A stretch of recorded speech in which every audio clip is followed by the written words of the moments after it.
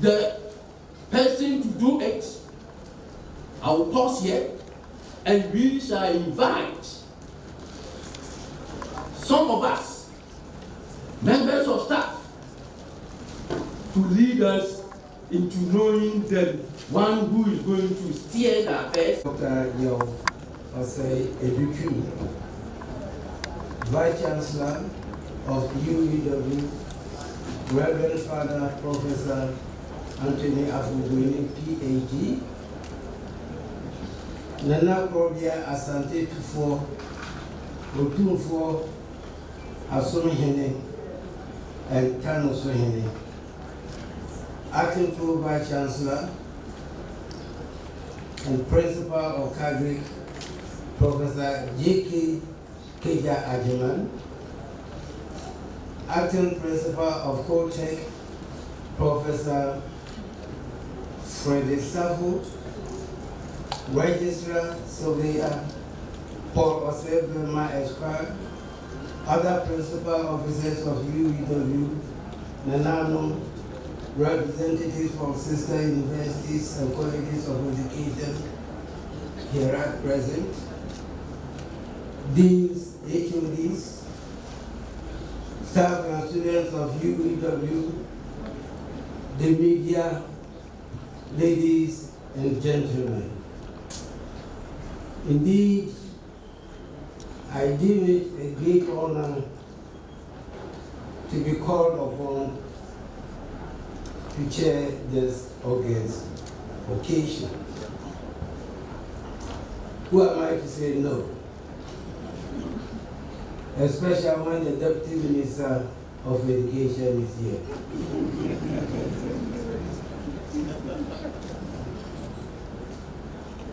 I would never ever dream of saying no.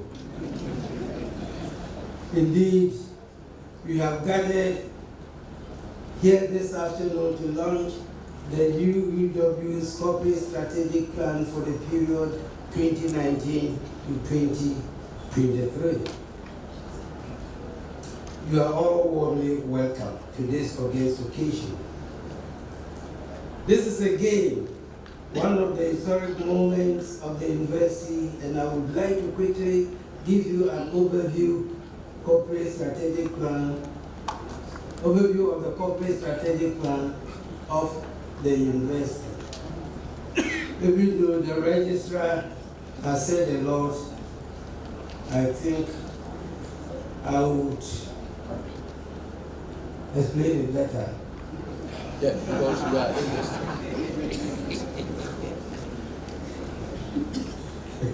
Well, let me begin by explaining these concepts and their relevance to this presentation. What is strategic plan? I think the registrar asked the same question and provided an answer. Once I've also asked it, I'll also provide my answer. To begin with, what is strategic plan?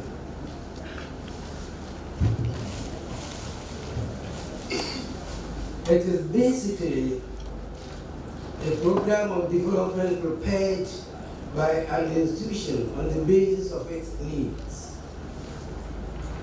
and resources available or likely to be available within the view to improving programs and services offered by the institution as part of its core mandate.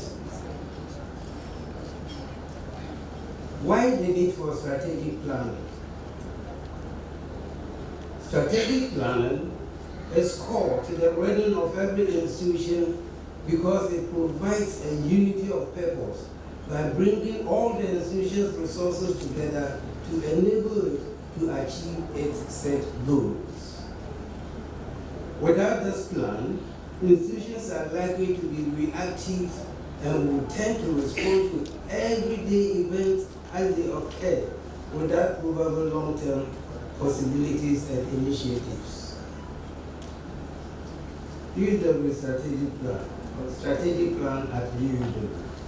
Over the past 15 years, the University of Education Winneba has successfully implemented 3 corporate strategic plans, that is from 2003 to 2008.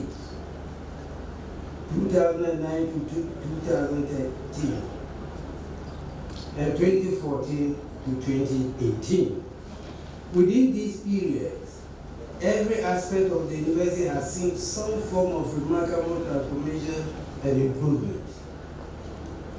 The first strategic plan, launched in 2003, was formulated to guide the university to achieve its autonomy in 2004 and to prepare for some post-autonomy requirements that needed immediate attention.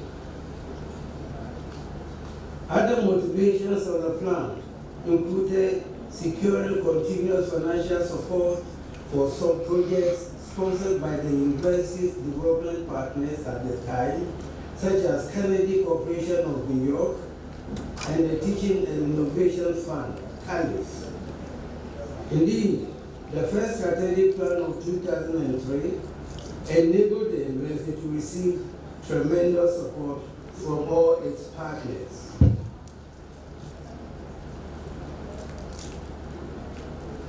The second corporate strategic plan was developed in 2009, following the expiration of the first plan in 2008. The plan was aimed at improving on the steady growth of all the initiatives of engagement in the earlier strategic plan of 2003.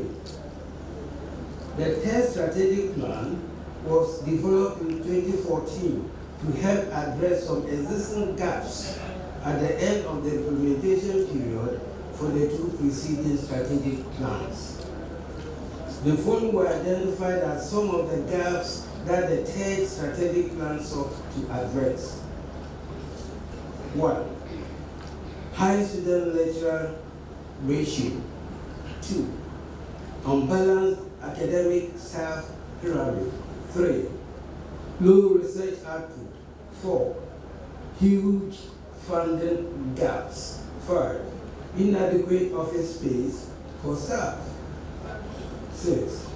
Inadequate accommodation for the increasing number of staff and students.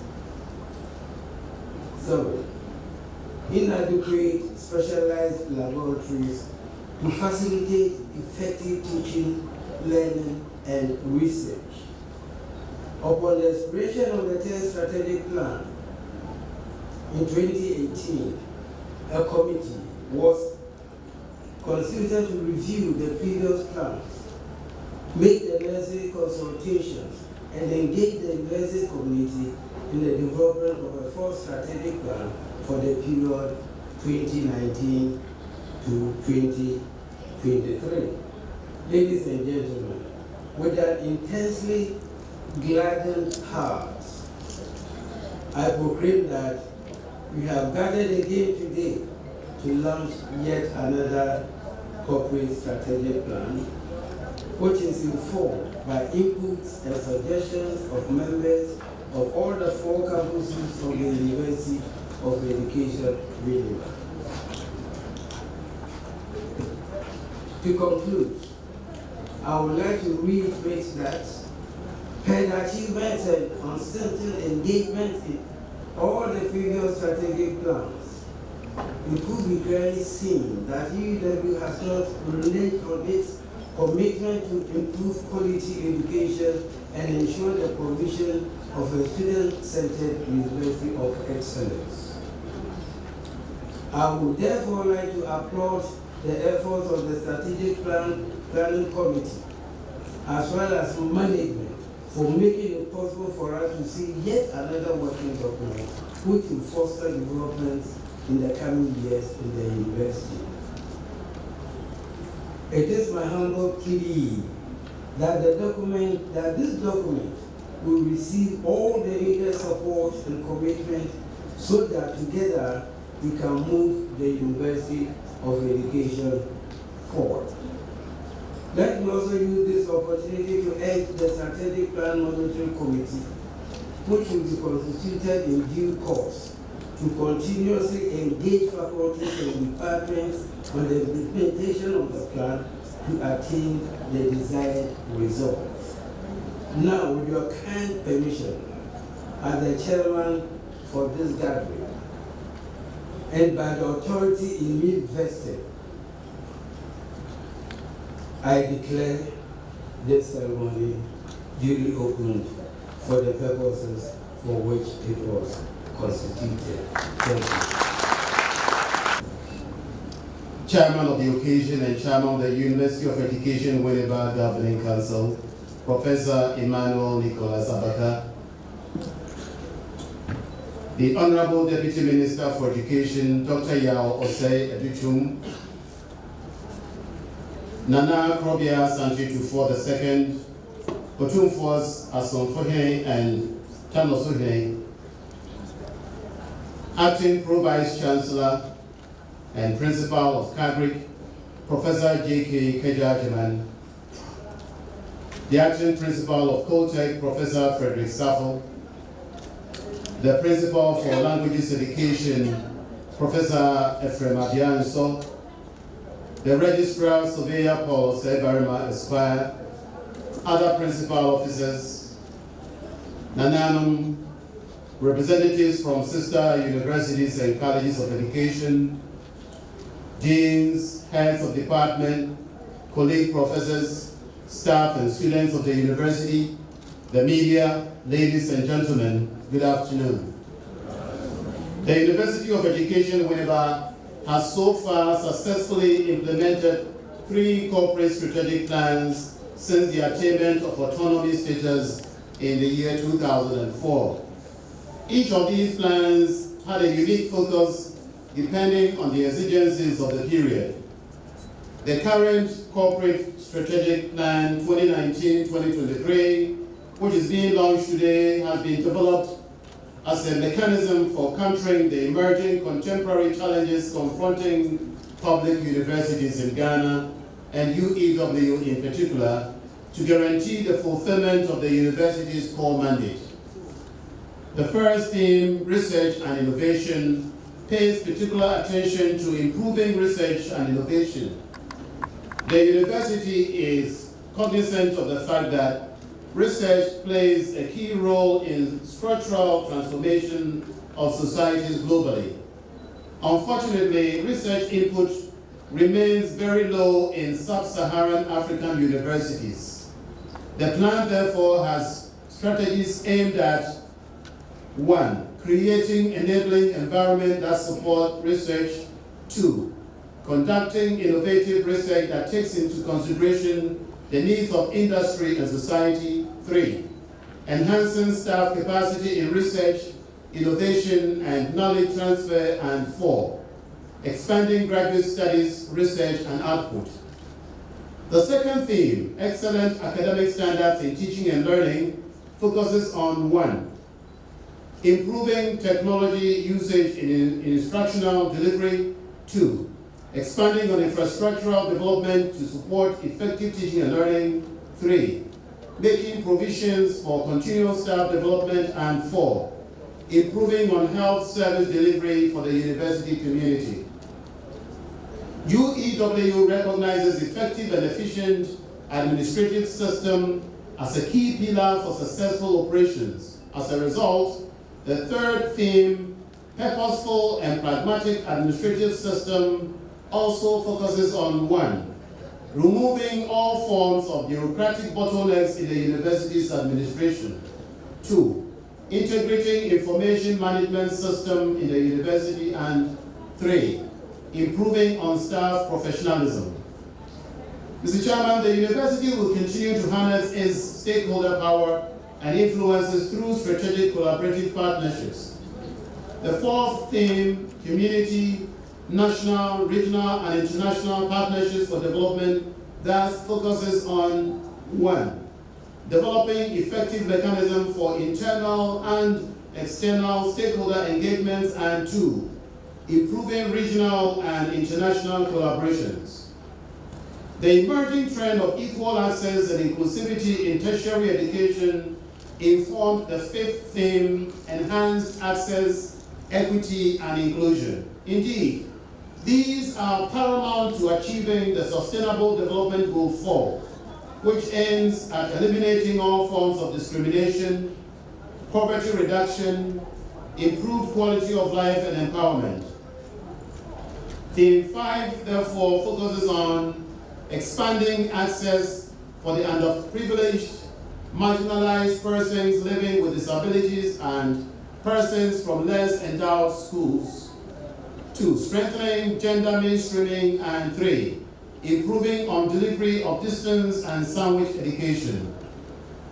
Ladies and gentlemen, in an era where quality assurance issues have become imperative for higher educational institutions and to ensure high standards in the delivery of services, proactive quality assurance system was formulated as the 6th theme. The theme focuses on 1, ensuring proactive quality adherence in the university's operations. 2, ensuring that all programs and activities of the university meet NAB NCTE standards. And 3, improve quality assessment at departmental and faculty levels.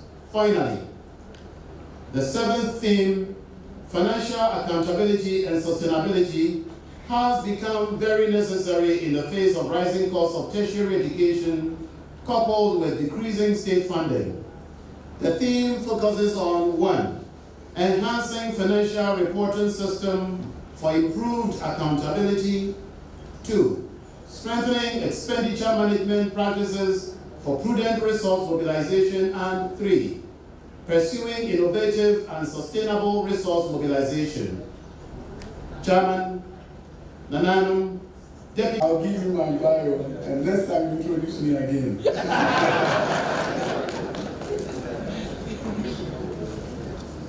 Vice Chancellor of this great university, Reverend Father Prof.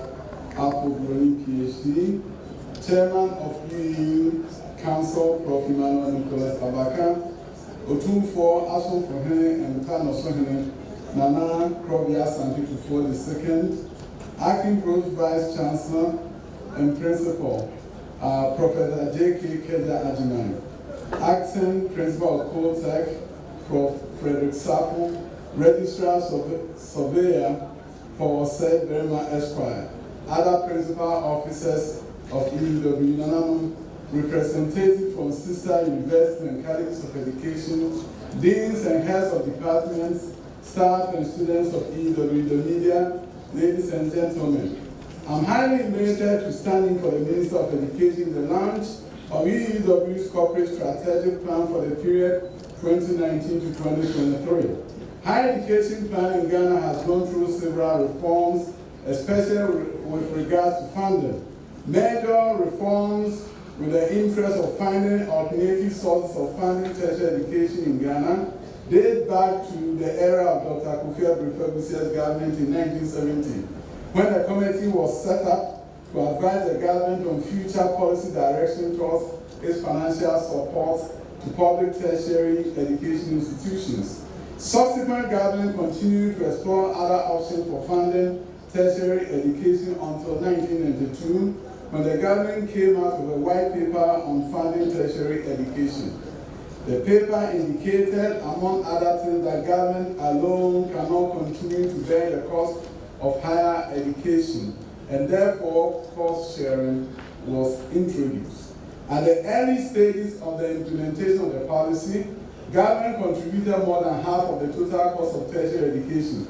However, due to the increasing number of public tertiary institutions, increasing enrollment in tertiary education, and increasing demand from other sectors of the economy, government financial support towards tertiary education dwindled with time.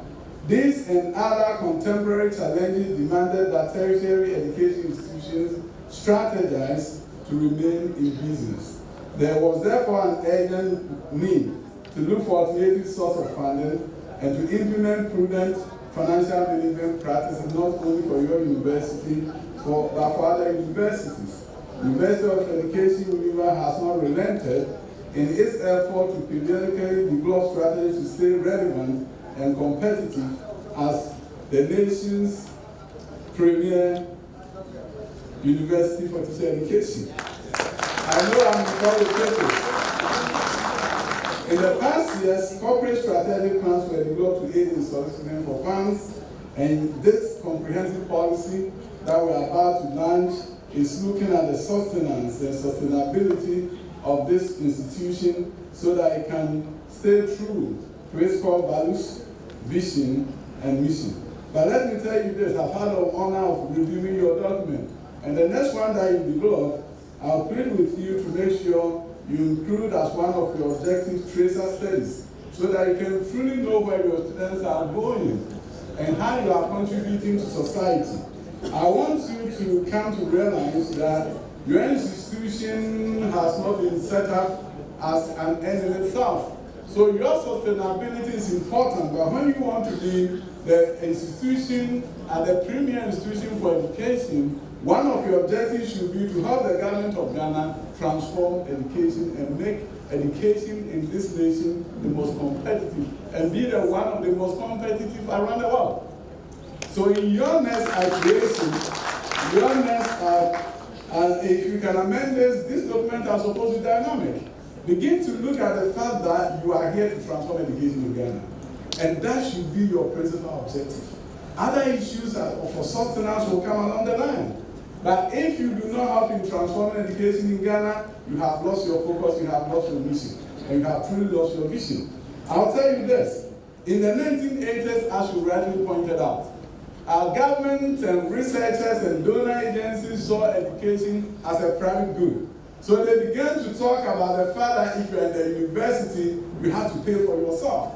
And that started with us in the 1980s, late 1980s, where we used to have government feed us and clothe us, and then the policy came and said, no, you have to be on your own. Higher education is for you. And various government organizations and non-government organizations, United Nations, was preaching about the fact that governments must turn their action towards basic education. And that if you spend money on higher education, the internal rate of return is low, and therefore all the attention is shifted towards basic education.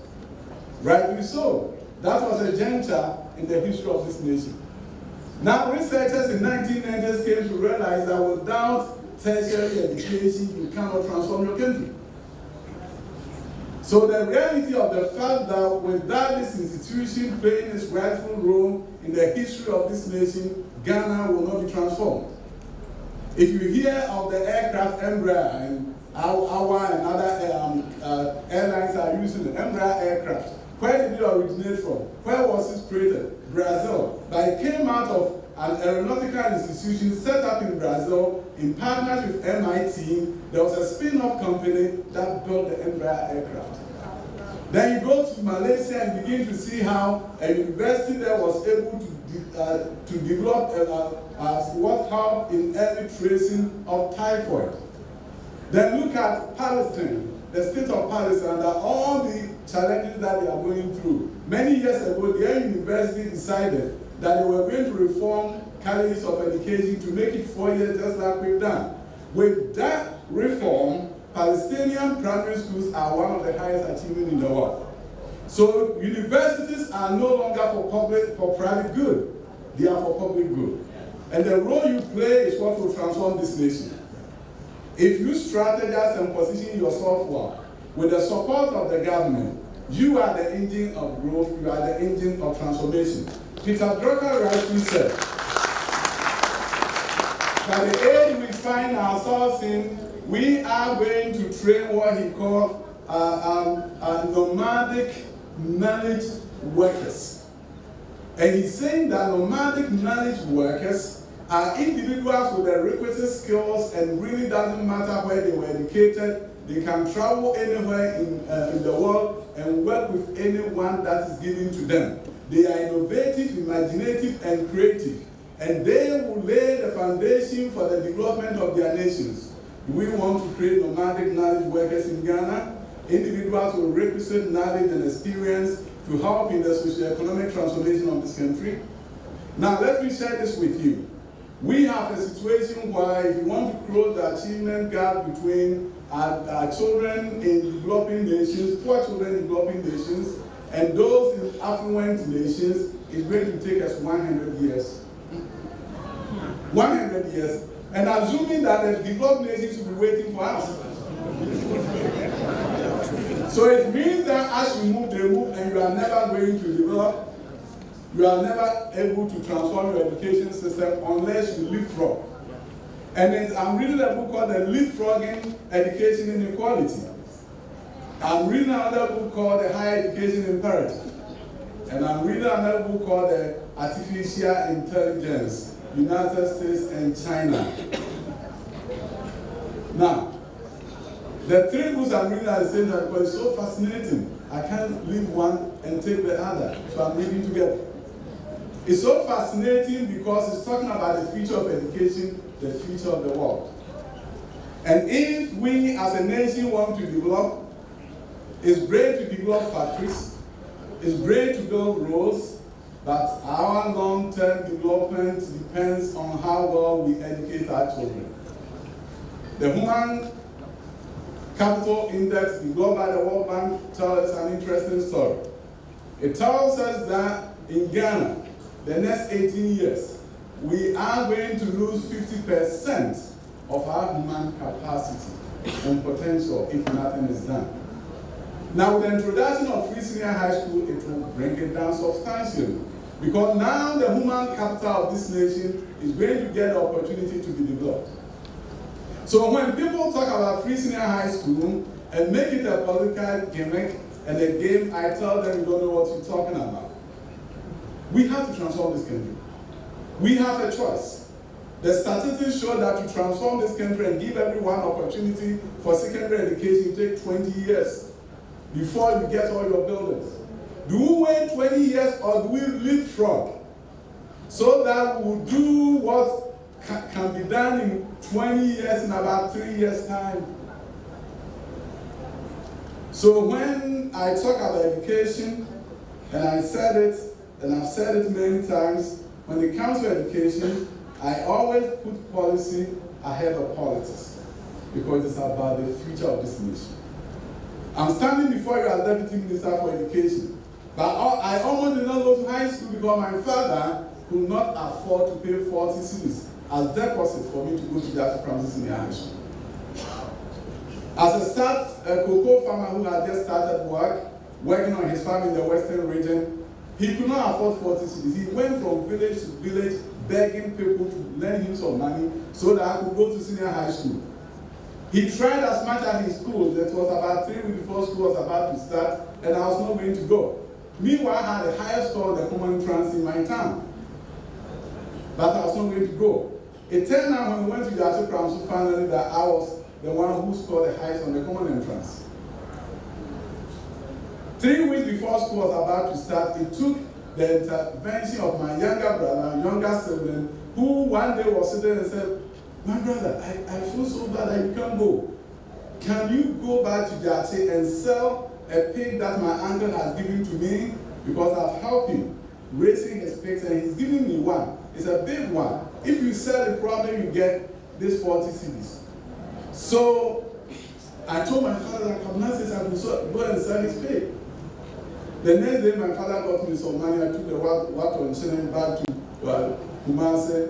My uncle sold the pig. I got 42 cedis. I was the happiest person on earth. So that began my education career from Jata Primary School, then through Kumasi High School. And when people begin to talk about, who called Jata Primary School, I said I was so fortunate to go to Jata Primary School. So when I got to Kumasi High, it was like heaven. Those who went to Kumasi High from Form 1 to Form 5 was always complaining about it. And I said, you know what you're talking about. Water is flowing here 24/7. So I remember many times when as a lower 6 student, I would not go to sleep. I was studying with the app, and they didn't understand why you said you lower. I said, sleep lower. And I said, no, lower 6 is heaven to me. Then found myself, after graduating from Tech, in the United States of America. I had a wonderful opportunity of teaching mathematics for 10 years. Thereafter, the government of the United States came out with a policy to help turn around their public schools because they were not doing well. So they asked those of us who were teaching at the time and other people and said, if you could create a school better than the government school will give you money to do so. I wrote my proposal. I did not look at myself as a Ghanaian immigrant. I said, also, if the white guy can do it, I can do it. So I wrote my proposal. The government accepted it, resolved my innovation and the ideas I was bringing to the education space in Los Angeles, California, gave me $500,000 to plan the school, rented the space in the church. I rented the space in the church because I needed prayers. As a black man and an African immigrant, tell the white folks that I can do better than you.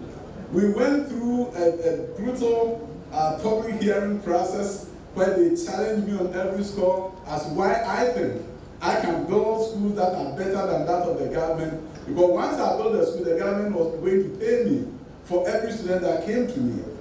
Eventually, I prevailed. I got the school open with 100 students, and a number of parents started coming to me. Then I went to Wall Street after I got a bond rating of BBB- for my organization. I went to Wall Street, borrowed $20 million. It was sold. The bonds were sold in 30 minutes, and I had $20 million to build a beautiful school in downtown Los Angeles. And from there, I opened 2 more campuses. And I came back to Ghana because another uncle who visited one of the schools, and he couldn't believe that a Ghanaian will come to America and build schools for Americans. So he kept asking me, how are you able to do this? How are you able to? And then he said, would you consider coming back to Ghana to help me change the education system? And he talked about free senior high school. There was so much excitement in his face talking about going to provide education for the poor and disadvantaged. And I was looking at him and said, wow, this is kind of exciting and interesting. But a poor cocoa farmer's son, after getting 200 Americans working for me, do you want me to leave and come back to Ghana? Then I had a meeting with a mentor of mine who was a former congressman in the United States. And at that point, my focus, I always knew I was going to do politics. My focus was to go to US Congress. I wanted to make history as the first African to be in US Congress. And that's what I wanted to do. So I met with a mentor who also happened to be a former congressman. I asked him, go to Ghana or go to Congress here. Because when I go to Ghana, of course, I'll do politics. I love politics. And then he looked me straight in the eye and said, yeah, I will tell you one thing. America can do without you. When you are not here, America will be America. Even though we appreciate the work you've done in South Los Angeles, and your schools are the best that we've ever seen. However, maybe your country cannot do without you, and I advise you to go back to your country and help your country and help the people. And that is why I came, and that's why I love what I'm doing, and that is why I'm challenging you to be the face of education in this country, and not just in this country. You can be the face of education and empowerment in the world. Your university's vision and mission and your philosophy should be to empower the poor, to leapfrog inequality, transform schools, and ensure that there's space for the poor to have their day in the sun.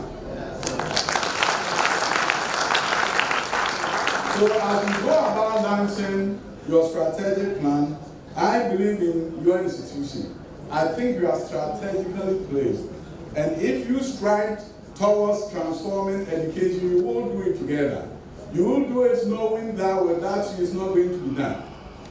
You do it knowing that one day there will be a poor child who will have an opportunity to be taught by a UEW teacher who will be caring and dedicated and will lead that young man to do more than what I have done.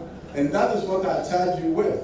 And I hope your documents are ready, and we'll open it, and we'll launch it, and we'll say to you that I'm expecting more from you. I'm looking at your faces, and you are the best.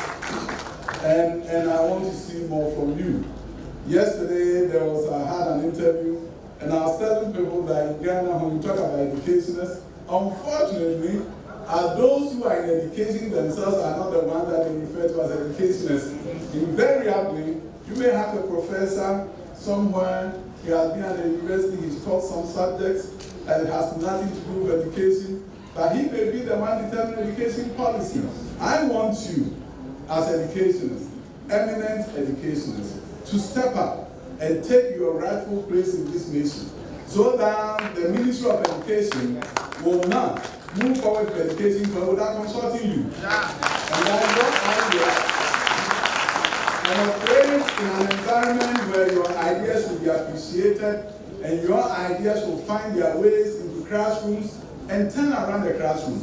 There's something that can be done in this nation when we change the way we teach and learn, when we put fear outside the classroom, when we take the cane outside the classroom, and allow students to feel our presence as leaders and adults, and don't see ourselves as sages on stage, that we know it all, and the children are here to learn from us, without deferring to them on some issues and getting their input in the learning process and saying to yourselves, I'm the one who knows it all. Write it according to how I dictated it to you and give it to me. Do not add anything to it. If you add something to it, you will never get an A. So, what I never liked when I was doing land economy is professors who wanted me to dictate everything back to them. There were a number of law courses, as you know, in land economy, and every single year, every single semester, I had a high score in law. Because that is what I love. I wanted to think. And then come to land use plan, I have friends who will go and hide on the 7th floor of Unity Hall, and they will come back, they will talk to anybody.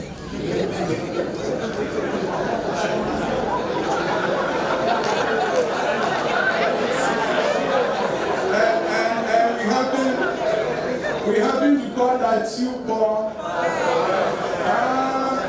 Unfortunately, for most people, chew-paw fail and forget.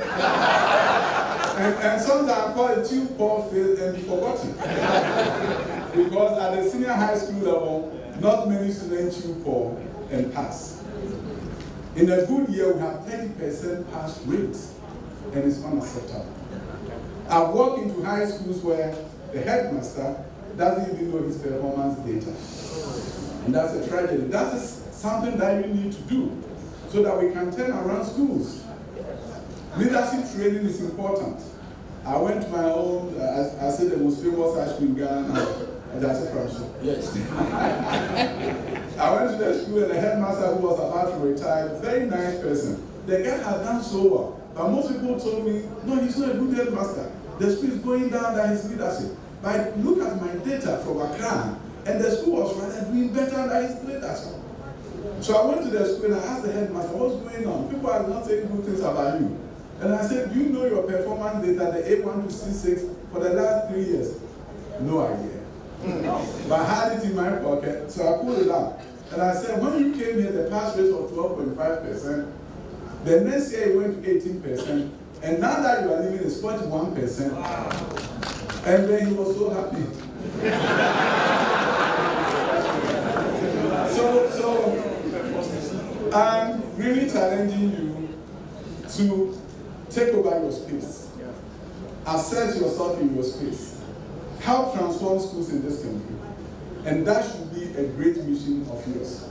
We can't have a 30% pass rate on WASI, and it doesn't show up in your objectives that you are going to help the Ministry of Education transform schools.